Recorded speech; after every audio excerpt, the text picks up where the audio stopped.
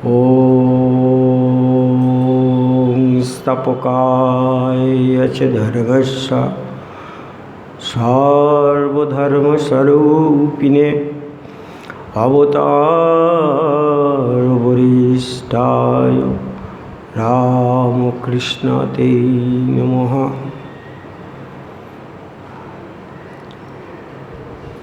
प्रथमेই ঠাকুর মা ও স্বামীজির চরণে আমার ভুলুণ্ঠিত প্রণাম। তারপর রামকৃষ্ণ বেদান্ত মঠের প্রেসিডেন্ট মহারাজ, ভাইস প্রেসিডেন্ট মহারাজ, সেক্রেটারি মহারাজ এবং অন্যান্য মহারাজ ও ব্রহ্মচারী বৃন্দকেও আমার আন্তরিক শ্রদ্ধা ও প্রণাম। উপস্থিত ভক্তমণ্ডলীকেও জানাই আমার শ্রদ্ধা ও প্রণাম। আমরা শুনছি শ্রীরামকৃষ্ণ মহিমা। শ্রীরামকৃষ্ণের মহিমা অনন্ত, এ বলে শেষ করার মতো নয়। তিনি যতদিন লীলা করেছেন তার নরশরীর ধারণ অবস্থায়, সেই সংখ্যাটাও যেমন আকাশ ছোঁয়া। তারপরেও কিন্তু তিনি যে লীলা আজও করে যাচ্ছেন এবং ভবিষ্যতে করবেন, সেই সংখ্যাটা আমরা কল্পনাও করতে পারি না। বেশি দিন নয়, ৮০ বছর আগেকার একটা ঘটনার কথা আজকের আমরা শুনব। হুগলি জেলার নাম আপনারা অনেকেই শুনেছেন। এই হুগলি জেলাতে একটি রামকৃষ্ণ আশ্রম ছিল। সেই আশ্রমেরই প্রধান মহারাজ তিনি এটি বলেছিলেন। আজ থেকে ৮০ বছর আগে হঠাৎ এক সন্ধেবেলায় এই ৫০-৫৫ বছর বয়স হবে এমন একজন মানুষ এসে উপস্থিত হলেন সেই আশ্রমে। এলেন কিন্তু তিনি রামকৃষ্ণময়।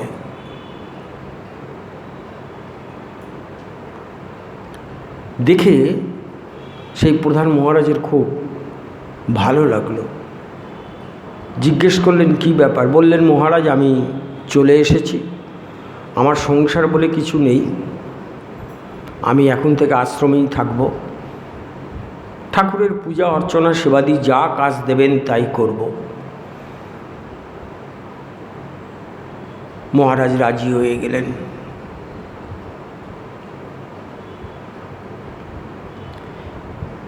এই আগন্তুক যে ব্যক্তিটি, তাঁর উপরে শ্রীরামকৃষ্ণের যে কৃপা, যখন আমরা পুরো ঘটনাটি শুনে ফেলব তখন বুঝতে পারব একটাই কথা, কে বলে ঠাকুর নেই? ঠাকুর আজও বর্তমান। যতদিন এই পৃথিবীতে চন্দ্র সূর্য থাকবে, গ্রহ নক্ষত্র আদি থাকবে, ততদিন ঠাকুর থাকবেন, এ বিষয়ে কোনো সন্দেহ নেই। এই যে ব্যক্তিটি আশ্রমে এলেন, পরবর্তীকালে তার নাম হয়েছিল, সবাই ডাকতেন আবাল বৃদ্ধ বনিতা, নারী পুরুষ নির্বিশেষে, ছোট বড় নির্বিশেষে সবাই তাকে তার আসল নামটা ভুলে গিয়েছিলেন, ডাকতেন জজ মহারাজ নামে। কেন জজ? সেই কাহিনী আমরা এখন শুনব। এই জজ মহারাজের পূর্বাশ্রমের নাম ছিল কৃষ্ণ মাঝি। নদীর ধারে একটা ছোট্ট কুটিরে, পর্ণকুটির বলাই ভালো, বাঁশ পাতা এসব দিয়ে তৈরি, সেখানে তিনি আর তাঁর স্ত্রী বসবাস করতেন। কোনো সন্তানাদি হয়নি, সংসার চলত কেবলমাত্র নৌকা পারাপারের পয়সায়।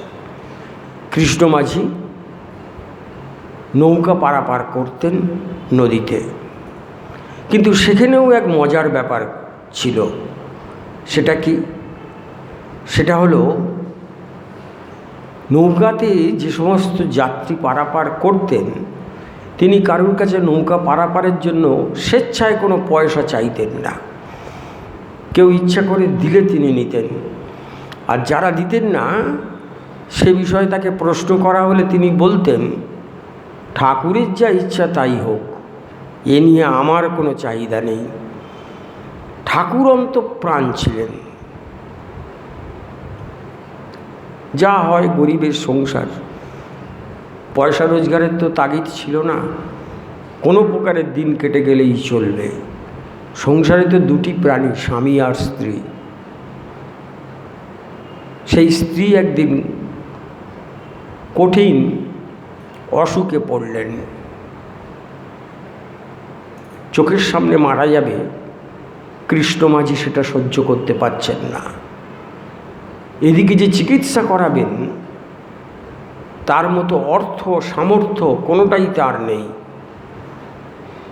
তিনি বাধ্য হয়ে কি করলেন, নিজের যে ছোট্ট সামান্য জায়গা, যার উপরে তার কুঁড়ে ঘরটি রয়েছে, সেই জায়গাটি কুঁড়ে ঘর সহ গ্রামের একজন সুদখোর মহাজনী ব্যবসা করে তার কাছে বন্ধক রাখলেন, এই মর্মে যে আমি সুদসহ টাকা শোধ করে দেব নির্দিষ্ট সময়ের মধ্যেই। সেই টাকা এনে স্ত্রীর চিকিৎসা চলতে লাগলো। কিন্তু ভাগ্যের এমন নিষ্ঠুর পরিহাস, এত চেষ্টা করেও কৃষ্ণ মাঝি তাঁর স্ত্রীকে বাঁচাতে পারলেন না। স্ত্রী মারা গেলেন, সম্পূর্ণ একা হয়ে গেলেন কৃষ্ণ মাঝি। এদিকে নৌকা যাত্রী পারাপার করার পরেও তেমন কিছু সঞ্চয়ও করতে পারলেন না কৃষ্ণ মাঝি। যা হবার তাই হলো। সেই গ্রামের সুদখোর একদিন সদল বলে লাঠি সোঁটা নিয়ে এসে কৃষ্ণ মাঝিকে তার সামান্য জায়গা থেকে, কুঁড়ে ঘর থেকে উচ্ছেদ করল, টাকা শোধ না করার অপরাধে। কৃষ্ণ মাঝি তখন থেকে নৌকাতেই রাত কাটাতে লাগলো। আরও কিছুদিন পর সেই সুদখোর মহাজনী যিনি ব্যবসা করেন, তিনি এসে কৃষ্ণ মাঝিকে বললেন, দেখো, সুদে মূলে তোমার যা টাকা হয়েছে, আমি তোমার কাছে যা পাবো, তাতে তোমার ওই জায়গার ওই কুঁড়ে ঘরটি দিয়ে শোধ হয়নি। এবার তোমার নৌকাটি আমি নিয়ে নেব। একমাত্র জীবন ধারণের অবলম্বন তো এই নৌকাটি। কৃষ্ণ মাঝি কিন্তু ভয় পেলেন না। তিনি বললেন, ঠিক আছে, ঠাকুর যদি চায় তাই হবে। ঠাকুর মানে শ্রীরামকৃষ্ণ। তিনি যদি চান যে আমার নৌকাটিও আপনার কাছে চলে যাবে, তাই হবে।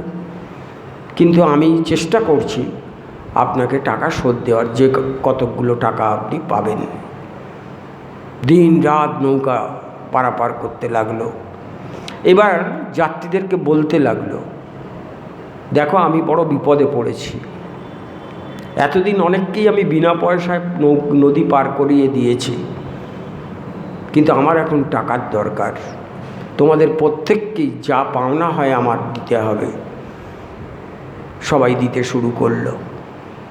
এইভাবে টাকা জমিয়ে যত টাকা সেই সুদখোর পেতেন, কৃষ্ণ মাঝি তার বাড়িতে গিয়ে সব টাকা শোধ দিয়ে দিল। এবং কৃষ্ণ মাঝি বললেন, তাহলে লিখিত পড়িত হয়ে যাক যে আপনি আমার কাছে আর কোনো টাকা পান না। সুদখোর তখন একটা কাগজ বের করে বলল, হ্যাঁ, এতে সব লেখা আছে, তুমি শুধু সই করে দাও। কৃষ্ণমাঝি লেখাপড়া জানতো না, সরল বিশ্বাসে সে টিপ সই দিয়ে দিয়েছে, কিন্তু কাগজে অন্য কথা লেখা ছিল। সেটা আমরা পরে বুঝতে পারবো আলোচনা যত এগোবে। আবার কিছুদিন পর কৃষ্ণমাঝির কাছে সেই সুদখোর এসেছেন,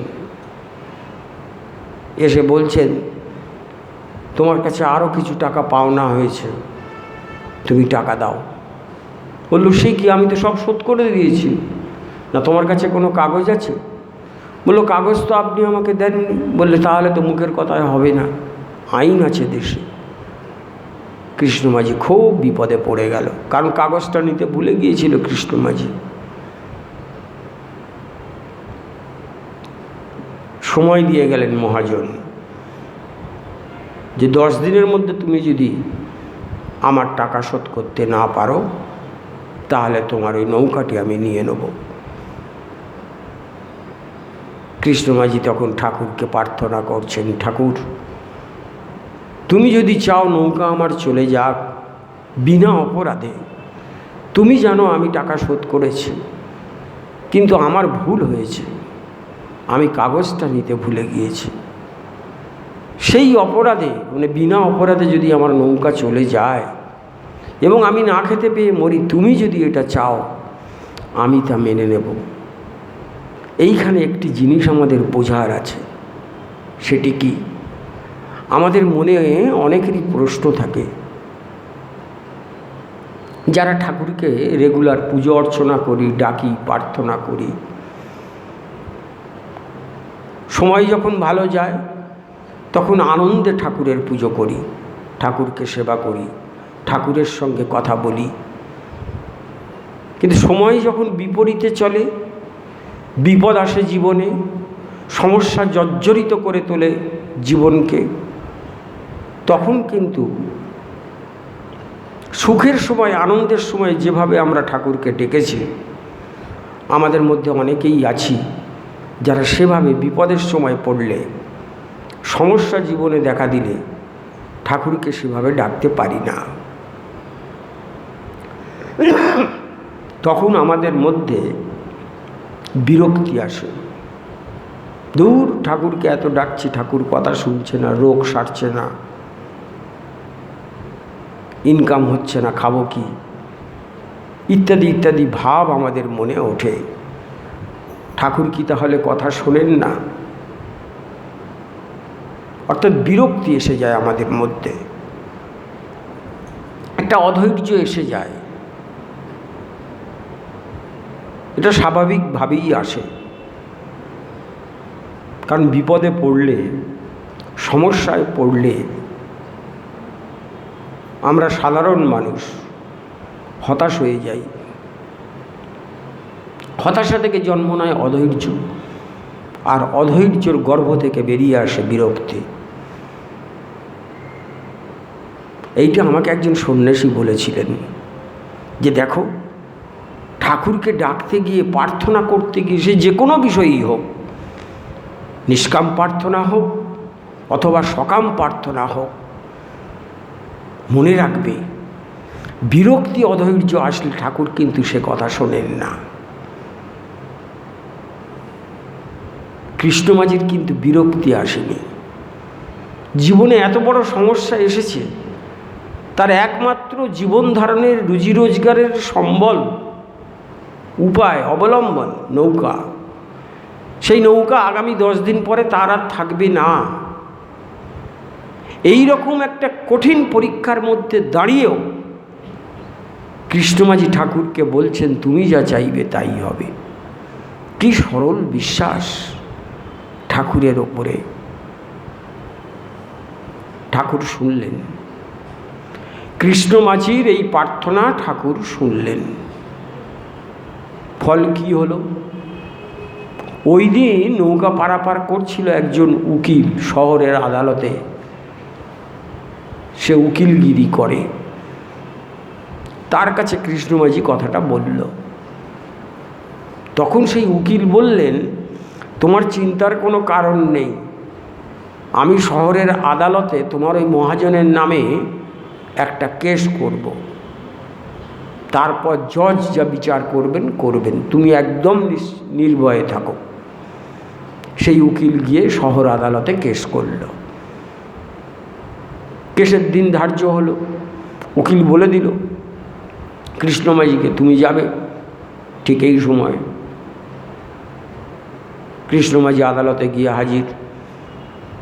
বিচারক কৃষ্ণমাঝিকে জিজ্ঞেস করছেন, জজ সাহেব, আচ্ছা তুমি যে টাকা শোধ করেছো, তোমার কাছে সেই মর্মে কোনো কাগজ আছে যাতে লেখা আছে তুমি টাকা শোধ করেছো? বলল না। না, তুমি যে সই করেছো সেই কাগজ যখন কেউ দেখেছে এমন কোনো সাক্ষী আছে? তখন কৃষ্ণমাঝি সরল বিশ্বাসে বলছেন, সেই আদালতে দাঁড়িয়ে, কাঠগড়ায় দাঁড়িয়ে, আছে বই কি, আমি যখন কাগজে সই করি তখন একজন দেখেছে। বলে কী নাম তার? সবাই তাকে রামকৃষ্ণ বলে, তিনি দেখেছেন। আমি একটুও মিথ্যে বলছি না। তখন বিচারক বললেন, ঠিক আছে, পরের শুনানির দিন তুমি তোমার সাক্ষী যে দেবে তাকে নিয়ে আসবে, রামকৃষ্ণকে নিয়ে আসবে। এরপরে জিজ্ঞেস করছে কৃষ্ণমাঝিকে বিচারক, তা তোমার রামকৃষ্ণ থাকে কোথায়? বলল আশ্রমে। আশ্রমে উনি থাকেন। আদালত থেকে সমন গেল আশ্রমে। যিনি সমন নিয়ে গিয়েছেন তিনি অবাঙালি, খুব একটা বাংলা ভালো বলতে পারেন না। আশ্রমের প্রধান মহারাজকে গিয়ে বললেন, এখানে রামকৃষ্ণ বলে কেউ থাকেন? মহারাজ বললেন, হ্যাঁ। না, তার নামে আদালতের সমন আছে, তাকে সাক্ষী দিতে যেতে হবে কোর্টে। প্রধান মহারাজ ব্যাপারটা বুঝলেন যে কৃষ্ণমাঝির ভক্তির ফল। তিনি বললেন, হ্যাঁ তিনি এখানে আছেন বটে, কিন্তু এখন তো দুপুর, তিনি খাওয়া দাওয়া করে বিশ্রাম করছেন। আপনি সমনের কাগজটি আমাকে দিয়ে যান, তিনি বিশ্রাম সেরে উঠলে আমি তার হাতে দিয়ে দেব। তবে তিনি যাবেন কি যাবেন না সেটা আমি বলতে পারবো না। প্রধান মহারাজ যে কথা বললেন, যিনি সমন দিতে এসেছিলেন তিনি চলে গেলেন। খুব মনোযোগ দিয়ে আমাদের ব্যাপারটা শুনতে হবে কিন্তু। এইবারে শুনানির দিন কৃষ্ণমাঝি সকালে ঠাকুর ঘরে ঢুকে ঠাকুরকে বলছেন, শোনো, তোমাকেই আমি সাক্ষী রেখেছি, তুমি অন্তর্যামী ভগবান। আমি টাকা শোধ করে কাগজে সই করেছি, মহাজনও সই করেছে, তুমি নিশ্চয়ই দেখেছ। আর কেউ দেখুক আর না দেখুক, তোমাকে আদালতে যেতে হবে। এই কথা বলে কৃষ্ণমাঝি আদালতে চলে গেল। বিচারক কৃষ্ণমাঝিকে বলছেন, ডাকা হোক তোমার সাক্ষীকে। তখন কোর্টের একজন কর্মচারী আদালতের, তিনি খুব উচ্চ স্বরে বলছেন, এখানে রামকৃষ্ণ নামে কেউ থাকলে তিনি কাঠগড়ায় উঠুন, তাকে সাক্ষী দিতে অনুরোধ করা হচ্ছে। তিনবার বললেন। অবাক করা কাণ্ড, গায়ের লোম খাড়া হয়ে যাবার মতো ঘটনা। দেখা গেল একজন বৃদ্ধ লাঠি ঠুকে ঠুকে সেই কাঠগড়ায় উঠে বলছেন, হুজুর আমিই রামকৃষ্ণ। দূর থেকে দাঁড়িয়ে দেখছেন কৃষ্ণমাঝি, চোখ থেকে অবিরল ধারায় তার জল গড়িয়ে পড়ছে। হাত জোড়ো করে বলছেন, ঠাকুর শেষমেশ তুমি এলে, এই বেশে এলে। বিচারক কাঠগড়ায় দাঁড়ানো সেই বৃদ্ধ বেশী রামকৃষ্ণকে জিজ্ঞেস করছেন, তোমার নাম কি রামকৃষ্ণ? বলল, হ্যাঁ। না তুমি কি জানো এই কৃষ্ণ মাঝি টাকা শোধ করার সময় কাগজে সই করেছিল, তুমি দেখেছো? তখন সেই বৃদ্ধবেশী রামকৃষ্ণ বলছেন, হুজুর, জীবনে মিথ্যেবাদী কোনোদিন বলিনি, আমি দেখেছি এবং আমি নিশ্চিত জানি সেই কাগজ কোথায় আছে। তখন বিচারক বলছেন, কোথায় আছে সেই কাগজ? না, ওই মহাজনের সিন্দুকের মধ্যে আছে। আপনি লোক পাঠিয়ে নিয়ে আসার ব্যবস্থা করলেই বুঝতে পারবেন এই রামকৃষ্ণ সত্য বলেছে না মিথ্যে বলেছে। বিচারক তখন পুলিশ পাঠিয়ে সেই মহাজনের বাড়ি থেকে সিন্দুক খুলে সেই কাগজটি নিয়ে এলো এবং কৃষ্ণ মাঝি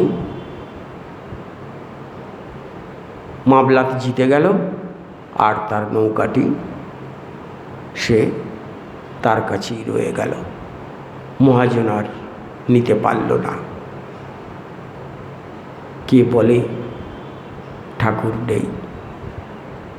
এমন ঘটনা ঘটেছিল আজ থেকে ঠিক ৮০ বছর আগে হুগলি জেলাতে।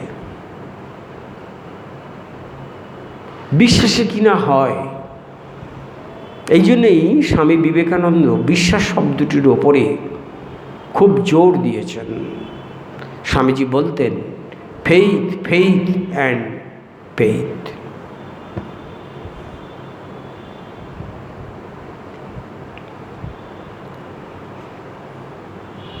এখন কৃষ্ণ মাঝির যে প্রগাঢ় বিশ্বাস ঠাকুরের ওপরে, সেই বিশ্বাস যদি আমাদেরও থাকে তাহলে হলফ করে বলা যায় ঠাকুর আজও আছেন এবং তিনি দেখা দেবেন, তিনি কৃপা করবেনই করবেন। কৃপা তো ঠাকুরের আমরা পেয়েছি, না হলে এই বেদান্ত মঠে এসে আমরা ঠাকুরের কথা শুনতেই পারতাম না। দেখুন এখনই বেদান্ত মঠের পাশে যে রাস্তা, সেই রাস্তা দিয়ে কত মানুষ আসছে যাচ্ছে, আশেপাশে কত বাড়ি, কত মানুষ আছে। সবাই কি আসতে পেরেছেন ঠাকুরের কাছে? সবাই পারবেন না। ঠাকুর যাকে যাকে কৃপা করবেন তিনিই একমাত্র আসতে পারবেন ঠাকুরের কথা শোনার জন্য, ঠাকুরের মন্দিরে ঠাকুরকে দর্শন করার জন্য। আপনারা তো শুনেছেন, প্রতিদিনই শোনেন, শ্রীরামকৃষ্ণের আরত্রিক ভজন যেটি, সেখানে একটি লাইন আছে, সম্পদ তব শ্রীপদ ভব কোষপদ, ইত্যাদি ইত্যাদি। বিরাট একটা সঙ্গীত ভজন স্বামীজি লিখেছেন। এই সম্পদ, ঠাকুরের শ্রীচরণ দুটি যদি কোনো ভক্তের কাছে সম্পদ মনে হয় তাহলে শ্রীরামকৃষ্ণকে পাওয়া যায়। দেখুন কি সুন্দর কথা লিখেছেন ঠাকুর, এই স্বামীজি ঠাকুর সম্পর্কে।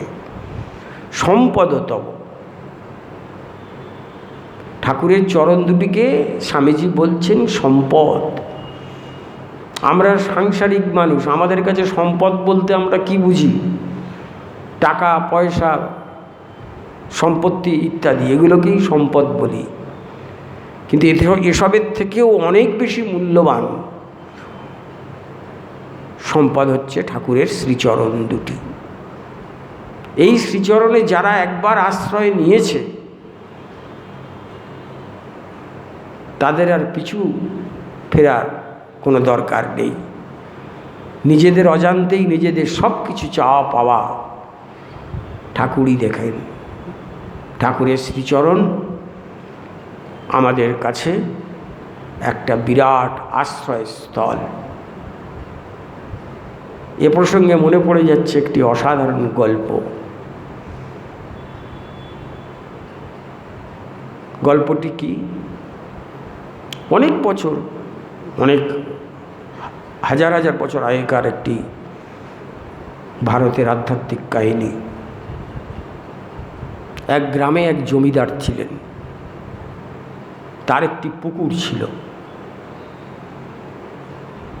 কিন্তু সেই পুকুরটির জল কম বলে তিনি পুকুরটি নতুন করে মাটি কাটিয়েছেন এবং তার বাড়ির কুলপুরোহিত তাকে বিধান দিয়েছেন যে এই পুকুরে মাছ ছাড়ার আগে 2টি মাগুর মাছ ছাড়তে হবে,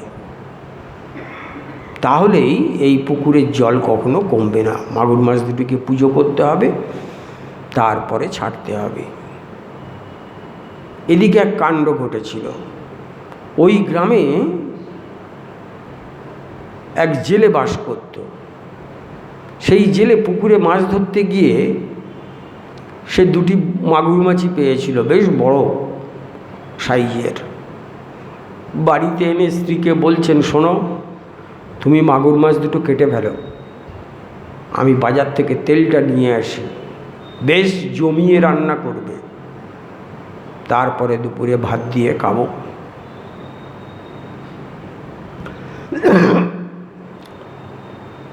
যেমন কথা তেমন কাজ, কিন্তু সংসারের অন্যান্য কাজ করছেন সেই স্ত্রী। তেল নিয়ে বাজার থেকে ফিরে এসেছেন জেলে, এসে বলছেন, কি গো, তুমি মাছ দুটো কেটে ফেলেছো? তখন স্ত্রী বলছে, না না, একটু অন্য কাজ করছিলাম, তাই মাছ দুটো কাটা হয়নি। বললে, খবরদার কেটো না। বললে, কেন? এই যে বললে দুপুরে ভাত দিয়ে খাবে। বললে, না না, ওই মাছ আর খাবোই না। বললে, কেন, কি হলো?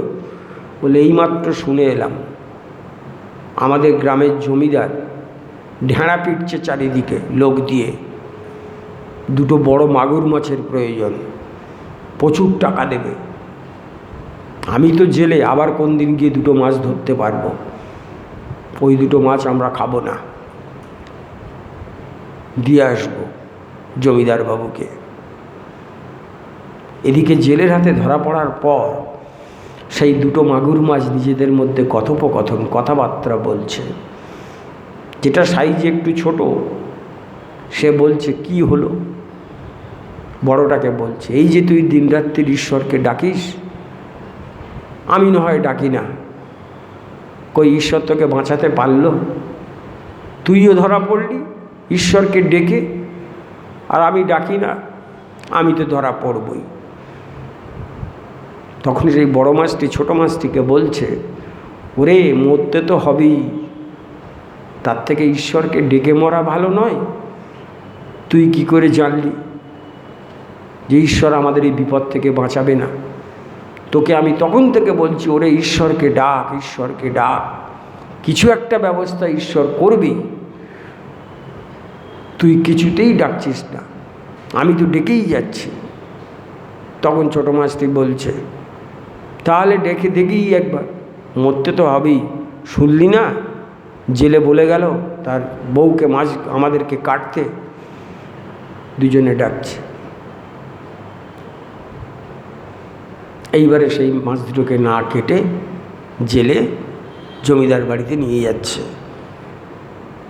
তখন বড় মাছটি বলছে, দেখলি তো, কাটতে গিয়েও কাটলো না, এই ঈশ্বরকে ডেকেছিলিস বলে। আরও জোরে জোরে ডাক ঈশ্বরকে, খুব মন দিয়ে ডাক, দেখবি আমাদের মৃত্যু হবে না। জেলে গিয়ে জমিদারের হাতে মাছ দুটো ছেড়ে দিল। তখন সেই জমিদার তার কর্মচারীদের বলল, শোনো, এই মাছ দুটোকে তোমরা কেউ মারবে না, কোনো দিন জাল দিয়ে ধরবে না, এদের পুজো হবে, এদের গায়ে সোনার অলংকার পরানো হবে, তারপর পুকুরে ছাড়া হবে। তাই হলো। পুকুরের জলে গিয়ে বড় মাছ আর সেই ছোট মাছের কি আনন্দ!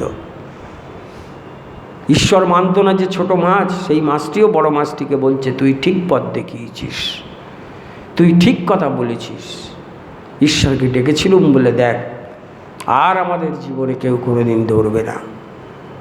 জমিদারের হুকুম, ঈশ্বরের শরণাপন্ন হয়েছিল ওই দুটি মাছ। এটি গল্প, কিন্তু গল্পের তাৎপর্যটা কি? বিপদে পড়ে ঈশ্বরকে ডাকলে ঈশ্বর সেই বিপদ থেকে ভক্তকে রক্ষা করতে এগিয়ে আসেন। এমন সত্য একটি ঘটনা ঘটেছিল, আপনারা শুনলে অবাক হয়ে যাবেন। শ্রীরামকৃষ্ণের জীবনী। শ্রীরামকৃষ্ণ তখন কামারপুকুরে আছেন। সে বছর অতি বৃষ্টি হয়েছে। কামারপুকুরের পথ ঘাট, খাল বিল নালা পুকুর সব জলপূর্ণ। তা ভাগ্নের হৃদয় আর শ্রীরামকৃষ্ণ বেরিয়েছেন গ্রামের পথে নিজের বাড়ি থেকে। কিছু দূর যাওয়ার পরেই দেখছেন একটা বড় মাগুর মাছ। তাকে সবাই তাড়া করেছে ধরবে বলে, গ্রামের অন্যান্য ছেলেরা যারা মাছ ধরতে বেরিয়েছে। আর সেই মাগুর মাছটা প্রাণ ভয়ে জল পেরিয়ে জলে সাঁতার কাটতে কাটতে এগিয়ে এসে শ্রীরামকৃষ্ণের ডান পায়ের বুড়ো আঙুলে গোঁতা মারছে। ভগবানের চরণ কিনা। আর শ্রীরামকৃষ্ণ কী করলেন? সবাইকে বললেন, খবরদার, এই মাছটাকে কেউ তোমরা ধরবে না, অন্য মাছ ধরো বলে শ্রীরামকৃষ্ণ পা দিয়ে ঠেলতে ঠেলতে সেই মাছটিকে পুকুরের মধ্যে ফেলে দিলেন। এবার হৃদয় বলছে, তুমি কেমন মামা? হ্যাঁ, ভারী অদ্ভুত তো তুমি। অত বড় পাকা মাগুর মাছ ধরলে জম্পেশ করে খাওয়া যেত, আর তুমি কিনা মাছটিকে ছেড়ে দিতে বললে। শ্রীরামকৃষ্ণ বলছেন, বলিস কি? দেখলি না কেমনভাবে এসে আমার পায়ের কাছে আশ্রয় নিলে? আমি তার প্রাণ হত্যা করতে পারি? আশ্রয়দাতাকে কখনো নিরাশ্রয় করতে আছে? যে আশ্রয় চাইছে ও তো নিজে থেকে এসেই আমার পায়ে বুড়ো আঙুলে মাথা ঠুকলে, অর্থাৎ আশ্রয় চাইলে। আমি কি তাকে মৃত্যুর কোলে ঠেলে দিতে পারি? দেখুন, শ্রীরামকৃষ্ণের শ্রীচরণ দুটিকে আশ্রয় করলে নিশ্চিত মৃত্যুকেও কিন্তু জয় করা যায়।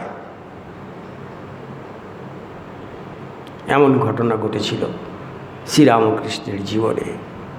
শ্রীরামকৃষ্ণের চরণ সেবা করলে কি হয়? আজকের আমরা শ্রীরামকৃষ্ণের শ্রীচরণ মহিমাই শুনি। দক্ষিণেশ্বরে ঠাকুর আছেন ওই ছোট্ট ঘরটিতে, যা আপনারা প্রত্যেকেই দেখে এসছেন। ঘরে আর কেউ নেই। রাজা মহারাজ, রাখাল মহারাজ, স্বামী ব্রহ্মানন্দজি আছেন। তা ঠাকুর শুয়ে আছেন তার খাটে। হঠাৎ রাখাল মহারাজকে বলছেন, ও রাখালে, দেদিনী দেখি পা দুটোকে একটু টিপে। রাজা মহারাজ জমিদারের বাড়ির ছেলে। তা রাজা মহারাজ তখন বলছেন, রাখাল মহারাজ বলছেন, তোমার পা আমি খামোকা টিপতে যাবো কেন? না না, ওসব আমি পারবো না। ঠাকুর আবার বললেন, বলছি যখন দে না একবার টিপে। রাখাল মহারাজ দ্বিতীয়বারও বললেন, না, ও আমার দ্বারা হবে না। ঠাকুর তৃতীয়বার বললেন, আমি বলছি দে না পাটা একটু টিপে। তখন নিমরাজি হয়ে, অর্থাৎ পুরোপুরি রাজি নয় এমন মনোভাব নিয়ে রাখাল মহারাজ কিছুটা ইচ্ছা কিছুটা অনিচ্ছা এরকম ভাব নিয়ে ঠাকুরের পা দুটো টিপতে বসলেন। কিছুক্ষণ টিপলেন, তারপরেই এক অলৌকিক কাণ্ড ঘটল। স্মৃতিচারণা করতে গিয়ে স্বামী ব্রহ্মানন্দজি লিখছেন, ঠাকুরের পা টিপতে টিপতে একটা অদ্ভুত দৃশ্য দেখলাম। দক্ষিণেশ্বর মন্দিরে ঢুকে যে ঘরটা দিয়ে ভিতরের দিক থেকে ঠাকুরের ঘরে ঢুকতে হয়। ব্রহ্মানন্দজি লিখছেন, একটা 10-12 বছরের অপরূপ সুন্দরী বালিকা ঘরে ঢুকে পড়লেন এবং ঠাকুরের খাটটাকে কয়েকবার প্রদক্ষিণ করলেন, করে ঠাকুরের শরীরে মিলিয়ে গেলেন। এই দৃশ্যটা রাখাল মহারাজ নিজের চোখে দেখছেন। এই মেয়েটি কে ছিল? সাক্ষাৎ মা ভবতারিণী।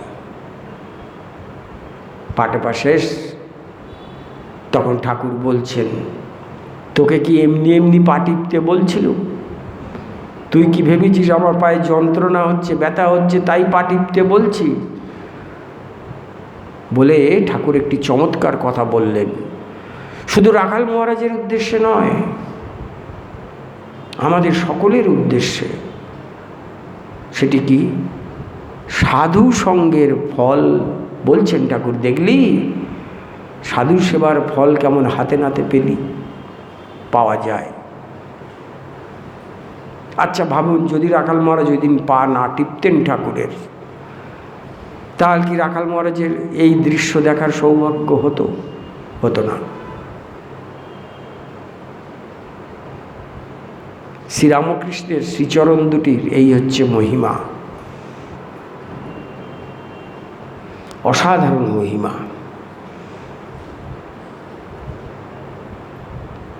আরেকটি ঘটনা মনে পড়ছে। গঙ্গাধর মহারাজ, তিনি একটু বৈষ্ণব ভাবধারায় উদ্বুদ্ধ ছিলেন। দক্ষিণেশ্বরে ঠাকুর একদিন শুয়ে আছেন খাটে, আর গঙ্গাধর মহারাজ গিয়ে ঠাকুরের বুড়ো আঙুল দুটিকে পায়ের কপালে ঠেকিয়ে কি যেন একটা আঁকার চেষ্টা করছেন। ঠাকুর জিজ্ঞেস করছেন, আহা তুমি করছো কি? বললে, আগে কপালে জলের তিলকের দাগ টানছি। বৈষ্ণব তো, তাই কপালে তিলক কাটতে হয়। তখন ঠাকুর বলছেন, না আমার বুড়ো আঙুল দিয়ে তিলক কাটতে তোকে কে বলল? বললেন, আমি জানি আপনার এই পদযুগল থেকেই অতি পবিত্রতা স্বরূপিণী মা গঙ্গার উৎপত্তি। অর্থাৎ ঠাকুরের স্বরূপটা বুঝতে পেরেছেন গঙ্গাধর মহারাজ। ঠাকুর যে স্বয়ং শ্রী বিষ্ণু, এই স্বরূপটা আর কেউ বুঝতে পারুক আর না পারুক, সেই সময়ে গঙ্গাধর মহারাজ বুঝেছিলেন। তাই ঠাকুরের পায়ের বুড়ো আঙুল দুটি দিয়ে তিনি নিজের কপালে গঙ্গা জলের দাগ কাটছেন। এরকম ঘটনা মায়ের জীবনেও আমরা দেখতে পাই। মা সারদা বলছেন, তখন তিনি কামারপুকুরে আছেন। তো হঠাৎ একদিন তিনি দেখছেন যে গ্রামের পথ ধরে স্বয়ং ঠাকুর হেঁটে আসছেন, আর সঙ্গে নরেন, রাখাল, শশী, শরৎ অনেকেই আছেন। মাই ঘটনাটি বলছেন যোগিন মাকে। তো বলছেন, হঠাৎ কি দেখলুম জানো? আমার তো গঙ্গাবাই ছিল, বহুদিন ধরে ভাবছিলাম এই কামারপুকুরে আছি, গঙ্গা স্নান হচ্ছে না, কলকাতায় গিয়ে একটু গঙ্গা স্নান করলে ভালো হয়। হঠাৎ দেখলাম ঠাকুর যে হেঁটে হেঁটে আসছেন, তার দুপায়ের বুড়ো আঙুল থেকে তীব্র স্রোতে গঙ্গা শতক প্রবাহিনী হয়ে আমাকে ভাসিয়ে দিলে। বুঝতে পারছেন ঠাকুরের শ্রীচরণ দুটির মহিমা? ঠাকুরের শ্রীচরণ থেকেই তো গঙ্গার উৎপত্তি। ঠাকুর যে স্বয়ং শ্রী বিষ্ণু, ঠাকুর নিজে একবার বলে ফেলেছিলেন। ঠাকুর তো নিজের সম্পর্কে কিছু বলতেন না, কিন্তু নিজে একবার বলে ফেলেছিলেন। বলেছিলেন, এ শরীর গয়া হতে এসেছে, গয়া কার ধাম? শ্রী বিষ্ণু ধাম। ঠাকুর বলেছিলেন এর শরীর গয়া হতে এসেছে। তা আমাদের খুব ভক্তি সহকারে আন্তরিকতার সঙ্গে প্রতিদিন শ্রীরামকৃষ্ণের শ্রীচরণ দুটি সেবা করতে হবে, দুটি পায়ে ফুল দিতে হবে। তাহলে কিন্তু, আর আমরা যদি শ্রীরামকৃষ্ণের শ্রীচরণ দুটি ধরে থাকতে পারি তাহলে জীবনে অপার আনন্দ লাভ করা যাবে। আচ্ছা, আপনাদেরকে যদি অনুমতি দেন একটা প্রশ্ন করতে পারি। আপনারা কি মনে করেন ঠাকুরের কৃপা পেয়েছেন? তার প্রমাণ কি? হাতে নাতে প্রমাণ একটা মায়ের জবানি থেকেই দেয়া যায়। আচ্ছা, আপনারা একটু হাত তুলুন তো, এখানে যারা উপস্থিত আছেন, জয়রামবাটিতে কে কে গিয়েছেন? বাহ, 99% হাত তুললেন জয়রামবাটিতে গিয়েছেন, কামারপুকুরেও গিয়েছেন। কিন্তু আমি বলবো জয়রামবাটি নিয়ে, মায়ের জবানিতে মা বলছেন গয়া কাশী যাওয়া সহজ, কিন্তু জয়রামবাটি আসা কষ্টকর। মা পরিষ্কার বলছেন গয়া কাশী যাওয়া সহজ, সবাই যেতে পারে, কিন্তু জয়রামবাটি এতই কষ্টকর আসাটা যে সবাই আসতে পারে না। আচ্ছা, জয়রামবাটিতে গাড়ি যাচ্ছে, তখনকার দিনে মানুষ হেঁটে গিয়েছে, তবুও মা কেন এমন কথা বললেন? নিশ্চয়ই তাৎপর্য আছে। এই কথাটি বলে তারপরে শেষে মা যে কথাটি বলছেন কষ্টকর এই কারণে, কারণ ঠাকুরের কৃপা ছাড়া, ঠাকুর না টানলে কারোর পক্ষেই অন্তত জয়রামবাটিতে আসা সম্ভব নয়। এই যে বললাম, আপনারা কারা কারা গিয়েছেন জয়রামবাটি? হাত তুললেন সবাই। আর মায়ের কথাটা যদি মিলিয়ে দেখি, মা কি বলছেন? ঠাকুরের কৃপা না হলে, এমনও বহু মানুষ আছে, প্রচুর টাকা আছে, গাড়ি আছে, কিন্তু জয়রামবাটি যেতে পারেননি জীবনে একবারও। মা তাই বলছেন ঠাকুরের কৃপা না হলে, ঠাকুর না টানলে গয়া কাশী যাওয়া সহজ, কিন্তু জয়রামবাটি আসা কষ্টকর। কারণ জয়রামবাটি শিবপুরী। মা বলছেন এখানে 3 রাত্রি বাস করলে তাদের মুক্তি অনিবার্য।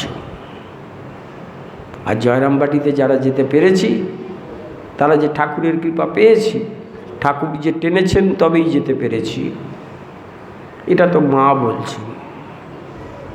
তাহলে আজ থেকে আর আপনাদের অনুশোচনার কোনো কারণ নেই, কোনো বিরক্তি হওয়ার দরকার নেই, কোনো হতাশ হওয়ার দরকার নেই, কারণ ঠাকুরের কৃপা আপনারা পেয়ে গিয়েছেন।